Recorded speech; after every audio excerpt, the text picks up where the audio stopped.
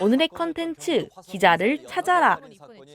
방송 뉴스를 들을 때 기자들의 톤이나 목소리가 뭔가 비슷하다는 생각을 해보셨을 겁니다. 기자들의 뉴스 낭독 방식이 대부분 비슷해서 그렇습니다. 배우 수지가 드라마 당신이 잠든 사이에에서 실제 기자처럼 뉴스를 읽었다고 호평을 받기도 했는데요. 막간을 이용해서 잠시 들어보실까요? 한강지방검찰청은 지난 6일 살인 및 사기 등의 혐의로 구속 기소된 기자처럼 읽는 게 어떤 느낌인지 대충 느끼셨나요? 어디선가 들려오는 뉴스 소리에 익숙한 우리들은 실제 기자의 리포팅과 기자 지망생들의 리포팅이 혼재돼 있을 때에도 과연 어떤 목소리가 진짜 기자의 것인지 구별할 수 있을까요?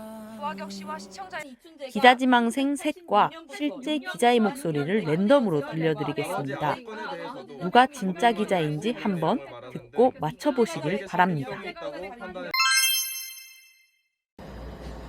무려 34년간 장기미제 사건이었던 경기도 화성 일대 연쇄살인 사건이 마무리됐습니다.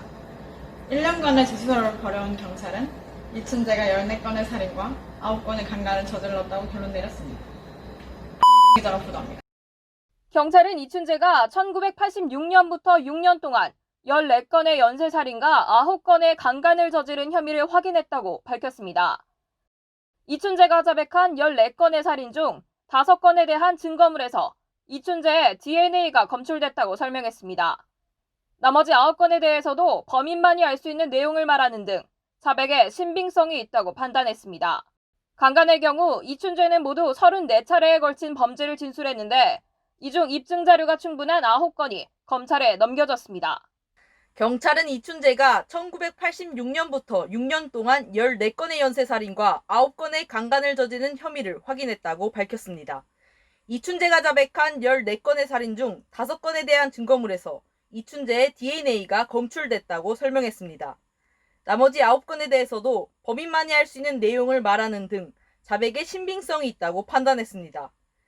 강간의 경우 이춘재는 모두 34차례에 걸친 범죄를 진술했는데 이 중 입증 자료가 충분한 9건이 검찰에 넘겨졌습니다. 경찰은 이춘재가 1986년부터 6년 동안 14건의 연쇄살인과 9건의 강간을 저지른 혐의를 확인했다고 밝혔습니다. 이춘재가 자백한 14건의 살인 중 5건에 대한 증거물에서 이춘재의 DNA가 검출됐다고 설명했습니다. 나머지 9건에 대해서도 범인만이 알 수 있는 내용을 말하는 등 자백에 신빙성이 있다고 판단했습니다.